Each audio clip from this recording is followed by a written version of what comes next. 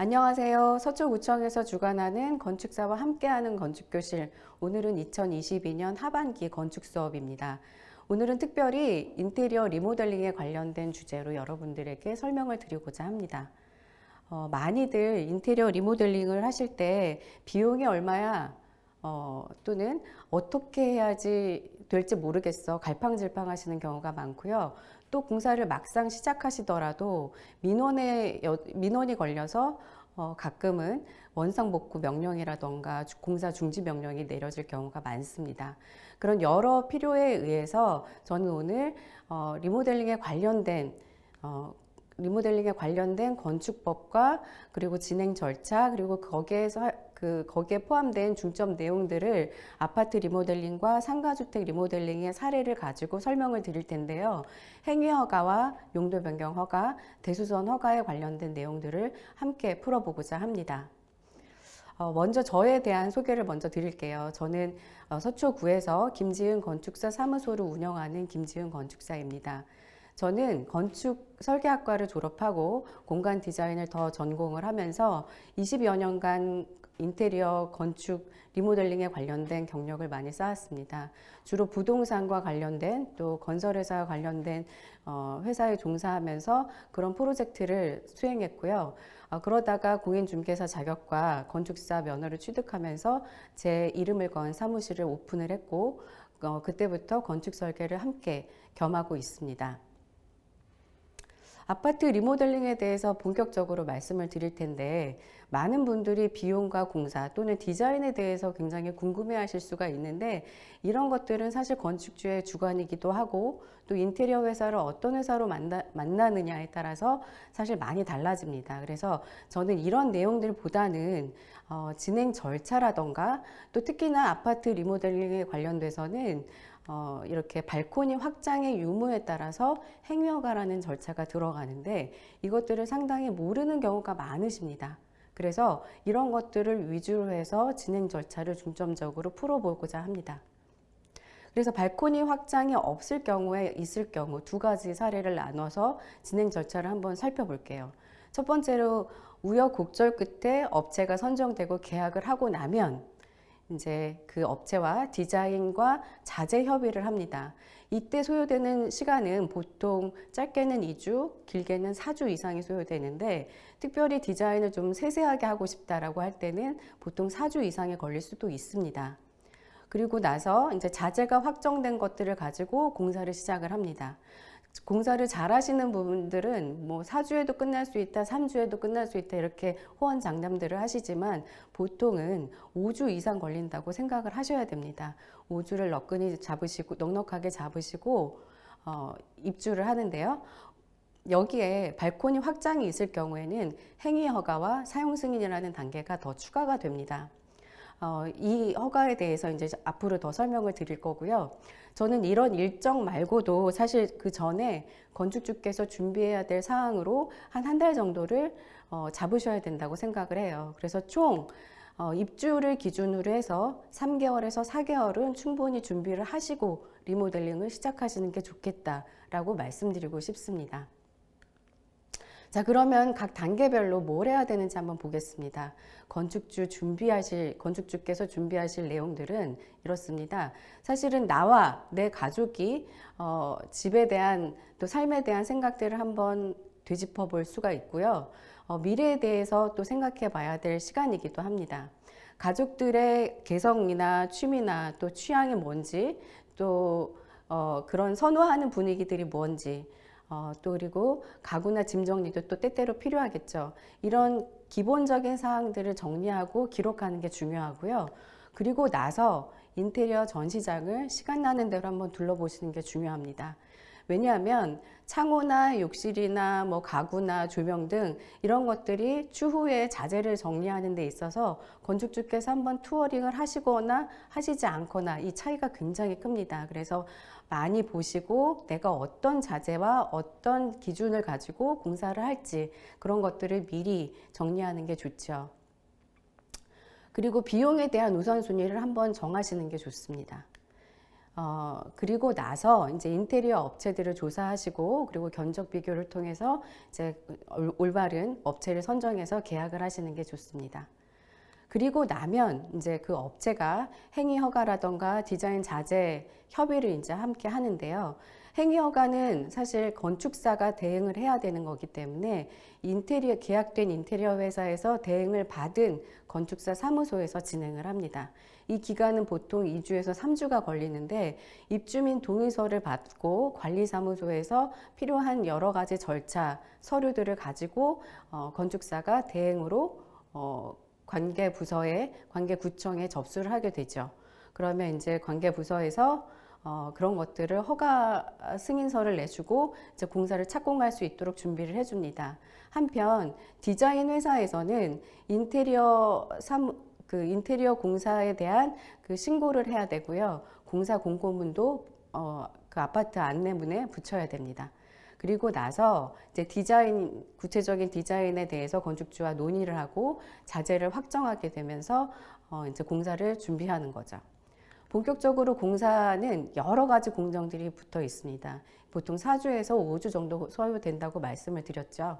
그리고 나면 이제 행위 허가를 했을 때는 사용 승인이라는 단계를 거치는데 이것은 허가 도서대로 우리가 공사를 했으니 사용하겠습니다라고 알려드리는 사용해도 되겠냐는 어떤 그 확답을 받는 거죠. 관계구청에서 이제 거기에 대한 그 사용 승인서를 제공합니다. 그러고 나서 이제 입주를 시작을 하는 거죠.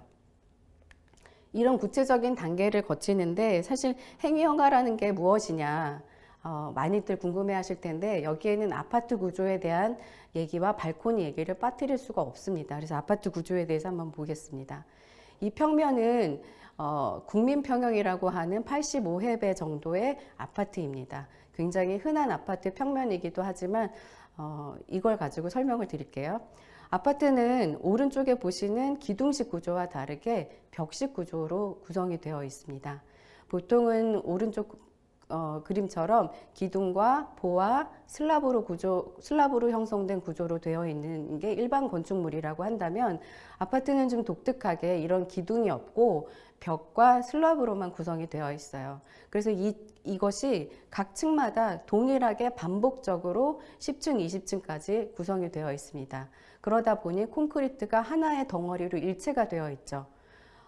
여기에서 이제 특장점이 나오는데요. 장점이라고 하기엔 좀 그렇지만 어쨌든 건설사들 편의에 따라서 이것은 이제 공사비가 절감도 되고 공기가 단축되는 그런 특징이 있습니다만 입주자로서는 이게 이런 구조다 보니까 소음과 진동에 취약하고 구조 변경에 또 어려움이 따릅니다. 만약에 5층에서 구조 변경을 한다고 한다면 얼마나 그 건물이 취약해질 수 있지 않겠습니까? 그래서 구조 변경은 법적으로도 불가하고 이제 비내력벽이라고 하는 구조와는 상관없는 벽체들만 일부 절차를 밟아서 허가할 수 있게끔 나라에서는 만들어 놓고 있습니다. 그래서 그 내력벽, 그 힘을 받는 내력벽, 구조벽이 무엇이냐 궁금해 하실 텐데요. 보통 아파트 평면에서 빨간색으로 표시해 놓은 벽체들, 이 정도가 내력벽이라고 이해하시면 되겠습니다. 아파트 한 세대의 경계벽과 내부의 주요 실들을 감싸고 있는 벽체들이 콘크리트로 이루어진 벽체, 즉 내력벽이라고 이해하시면 좀 쉽게 이해하실 수 있을 것 같고요. 나머지 벽들은 필요에 의해서 벽돌 구조라던가 칸막이 벽으로 구성되어 있는 것을 알 수 있습니다. 그래서 이 발코니 부분들은 비내력벽으로 구성되어 있기 때문에 행위 허가라는 절차를 통해서 확장이 가능하다는 것, 그런 구조로 되어 있다는 것을 우리가 여기서 알 수 있고요. 또 한 가지 꼭 건축주께서 알아야 될 사항은 이렇게 발코니 확장된 사진을 보시면 여기는 이제 날개벽이라고 하는 이 벽체를 다 털어서 확장까지 다 했지만 사실 이 벽체는 아파트 관리실에 있는 도면을 확인하고 관리실과 협의를 해야 합니다. 그래서 이 벽체가 가끔 콘크리트로 되어 있을 경우에는 철거가 불가능할 경우가 있기 때문에 그런 것들을 좀 미연에 확인하시고 진행을 하셔야 될 필요가 있습니다. 자, 그럼 아파트 구조에 이어서 발코니에 대해서 한번 알아봐야 되는데요. 이 발코니에 대해서 정확한 정의를 알고 계시는 분들이 얼마나 되실지 궁금한데, 사실 발코니와 베란다에 대해서도 아셔야 되지만 발코니의 정의에 대해서도 한 번 더 확인해 봐야 됩니다. 건축법 시행령에서 발코니에 대해서 확실하게 정의를 해놨습니다. 그 건축물의 내외부를 연결하는 완충 공간으로서 전망이나 휴식 등의 목적을 가지고 건축물 외벽에 접하고 또 부가적으로 설치되는 공간이라고 정의가 되어 있습니다. 또한 이 경우에 주택에 설치되는 발코니로서 국토교통부 장관이 정하는 기준에 적합한 발코니는 필요에 따라서 거실, 침실, 창고 등의 용도로 사용할 수 있다. 이 마지막 조항을 한 번 더 역으로 설명을 해보자면 주택에 설치되는 발코니인데 국토교통부 장관이 정하는 기준에 적합하게 발코니 확장을 하게 되면 그 거실 침실 용도로 사용할 수 있다라는 얘기로 해석을 할 수가 있죠. 그림으로 한 번 더 설명을 해보자면 이렇습니다. 옆에 있는 그림을 보시면 외벽에 접해서 부가적으로 설치되는 이 공간 발코니고요. 이곳은 적법한 절차를 거치고 적합한 구조로 설치되어 있을 경우, 확장을 할 경우 합법입니다. 다만 이 4층에 있는 이 베란다의 경우에는 발코니와 좀 다르게 외벽에 노출은 되어 있지만 3층과 4층의 면적 차이로 인해서 생기는 공간입니다. 즉 3층의 지붕이 4층의 베란다의 역할을 하는 거죠. 이것은 사실 건축 당시에 1조건 사선 제한을 받아서 생긴 면적이기 때문에 전용 면적도 아니고 서비스 면적으로도 들어가지 않습니다. 그렇기 때문에 이 공간은 확장을 하는 것 자체가 불법이고 아예 그 행위 허가라는 절차 그 자체도 없습니다. 그래서 이것을 항상 좀 염두에 두시고 뭐 가끔 주택가를 돌아다니다 보면 다세대 빌라나 연립주택들에 굉장히 이런 그 불법 건축물들이 많습니다. 매입을 하시거나 할 때 굉장히 주의해야 될 점이기도 합니다. 그래서 베란다와 발코니도 한번 염두에 두시고 확인하셔야 될 것 같습니다. 그래서 이런 발코니들 보면 아파트 구조일 경우에 한번 볼까요? 1층부터 12층, 뭐 더 높게는 뭐 20층, 30층까지도 요새 많이 있는데 이렇게 적법한 절차를 거치면 확장이 가능하다. 이런 것들을 한 번 더 말씀드리는 겁니다. 워낙에 이게 많이 일어나다 보니까 건축법이나 공동주택관리법이나 이런 발코니에 관련된 설치 기준들이 여러 곳에서 이제 강조가 돼서 나타나 있는데요. 지자체에서는 워낙 이런 행위허가 자체가 많다 보니까 아예 안내문을 별도로 만들어 놨어요. 그래서 이 어떤 지자체에서 그 내놓은 안내문을 좀 가지고 보자면 이 안내문에 보면 발코니 확장에 대해서 행위허가를 할 때 구비서류라는 게 나와 있고 어떻게 해야 되는지 이제 제출 서류들이 나와 있습니다. 그리고 확장을 할 경우에 이런저런 안전 조치를 취해야 된다. 그 첫 번째가 대피 공간에 대한 이야기, 두 번째가 이제 그 방화문이나 방화판이나 방화 유리에 관련된 사항들, 그리고 화재 감지기에 관련된 사항들을 안내해 놓고요. 행위 절차를 시작을 하면 약 10일 정도가 소요되고 사용 검사를 꼭 받으라는 그런 안내문이 나와 있습니다. 특히나 더 당부하고 싶은 말씀은 이렇습니다. 공동주택의 경우에는 구조 변경을 했을 때 다수의 세대에 위험을 줄 수 있기 때문에 구조 변경은 불가하다는 말이 항상 언급이 되어 있고요. 또 입주자들의 발코니 그 확장을 할 경우에는 행위허가 신고를 꼭 해야 되며 이걸 안 하고 공사를 하다가 걸렸을 경우에는 형사고발 조치를 당한다. 이런 내용들이 있습니다. 즉 이게 공동주택관리법에 위반이 되는 사항이기 때문에 원상복구 명령이 떨어질 수 있고요. 행위허가 신청 후에 다시 시공을 해야 되는 아주 난처한 상황에 빠질 수 있습니다. 그래서 발코니 확장을 하실 경우에는 무조건 행위허가 절차를 밟으시라는 것 꼭 강조하고 싶고요. 행위허가 대행 업무를 신청할 경우에는 비용이 얼마 되지도 않습니다. 사실 공사비가 많이 들지 비용은 한 40만 원에서 80만 원 정도 그 정도가 소요되는 걸로 알고 있습니다. 그래서 이런 것들을 좀 놓치지 않고 진행하시는 게 추후에 번복하는 일이 없다. 그런 것들을 좀 알아두셨으면 좋겠고요. 그러면 발코니 확장할 때 우리가 필요한 안전조치에 대해서 좀 한 번 더 확인을 해봐야 됩니다. 그 첫 번째는 대피 공간을 좀 만들어라 이건데요. 대피 공간 유형에는 세 가지가 있습니다. 그 첫 번째가 경량형 칸막이입니다. 이게 2005년 전에 세워진 아파트 평면의 경우에는 옆 세대랑 붙어 있을 경우에 그 경계 벽체 끝부분에 아주 얇은 경량 칸막이로 형성이 되어 있습니다. 보통 화재 시의 대피로는 이제 현관문이 첫 번째고 두 번째는 이 대피 공간인데요. 보통 현관이 차단되어 있을 경우에는 옆집으로 대피할 수 있도록 이런 공간을 만들어 두는 겁니다.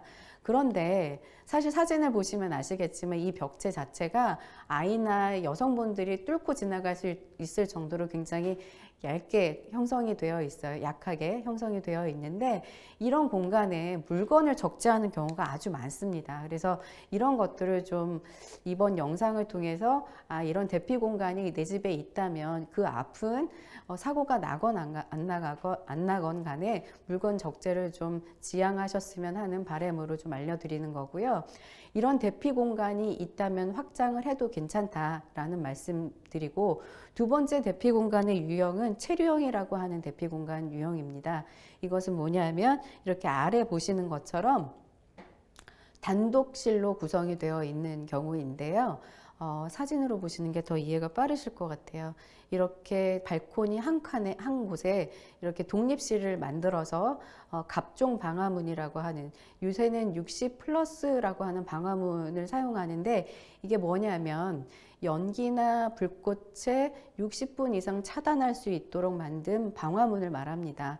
예전에 갑종 방화문이라고 하는 그런 방화문인데, 그런 방화문을 여기에 설치를 해야 되는 겁니다. 그래서 체류형 방화문이 있고, 체류형 대피 공간이 있고, 그리고 최근 들어서 이제 아래층으로 또 피난할 수 있게 하향식 피난구를 설치하곤 하는데요.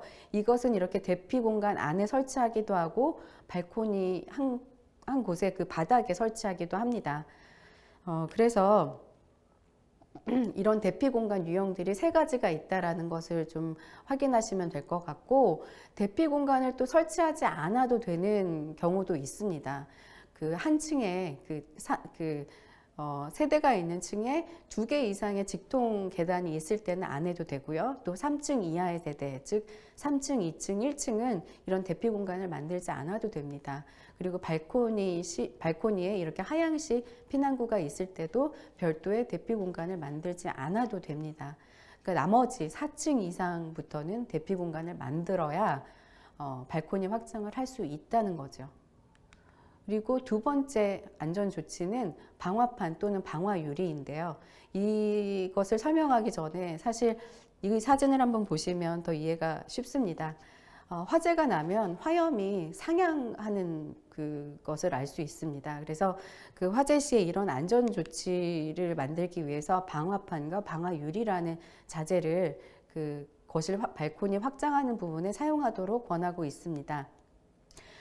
근데 이제 방화판 같은 경우는 이렇게 그 난간 반 정도를 가리기 때문에 되게 답답해 보일 수도 있고, 또 방화유리라는 것은 굉장히 그냥 일반 유리에 비해서 고가의 유리이기 때문에 이런 것들을 설치 안 하셔서 이제 사용 승인 검사를 피하는 경우가 있는데요.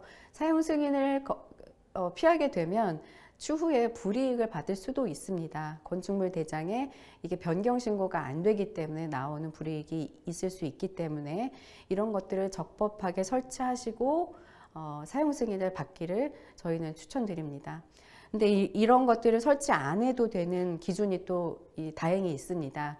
이게 뭐냐면 11층 이상의 아파트에는 스프링클러가 있는데요. 이 스프링클러가 발코니 확장된 부분까지 살수가 된다면 그런 경우에는 발코니 확장 시에 방화판이나 방화유리를 설치하지 않아도 된다는 규정이 있습니다. 결국엔 스프링클러가 없는 10층 이하, 그러니까 4층 이상부터 10층 이하의 층들은 다 이런 방화판이나 방화유리를 설치해야 되는 상태인 거죠. 마지막으로 화재 감지기인데요. 이것은 단독 화재 감지기이기 때문에 별도의 전원이 필요 없이 설치할 수가 있습니다. 배터리형이어서 그냥 설치가 아주 간단합니다. 그래서 이런 앞서 말씀드렸던 대피 공간이 있어야 되고 방화판이나 방화 유리가 설치되어야 되고 화재 감지기를 설치한다면 그리고 내부에 그 어떤 기준에 의한 내화나 방화 기준에 의한 자재들을 사용한다면 발코니 확장을 허가한다. 그런 내용입니다. 행위 허가라는 전반적인 내용이 그런 내용이고요. 오늘 수업에 대해서 한번 짚고 넘어가 보겠습니다. 건축주분들께서 이 모든 내용을 다 아실 필요는 없습니다. 다만 오늘 내용 중에 인테리어 리모델링을 하시기 전에 3, 4개월 전에는 미리 준비를 좀 하자. 그리고 제가 앞서 말씀드렸던 건축주께서 준비해야 될 내용들, 이런 준비사항을 좀 철저히 기록하자라는 것 잊지 마시고요.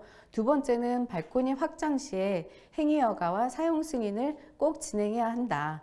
안 했을 경우에 형사처벌 받을 수도 있고 원상복구 명령이나 벌금을 또 부과될 수 있으니까 그런 것들을 미연에 방지한다. 그리고 세 번째는 그 발코니 확장 시에 안전조치 3가지는 꼭 설치한다. 그 첫 번째가 대피 공간, 그리고 두 번째는 방화판이나 방화유리, 그리고 마지막으로 화재 감지기입니다. 이 3가지를 충분히 설치하고 제법 그 규정대로 설치한다면 발코니 확장은 전혀 문제 없이 진행하실 수 있습니다. 오늘 내용은 여기까지이고요. 다소 생소한 얘기들이 좀 논의가 됐지만 찬찬히 보시고 발코니 확장에 대해서 너무 염려하지 마시고 아파트 리모델링을 진행하시는데 도움이 되셨으면 좋겠습니다. 감사합니다.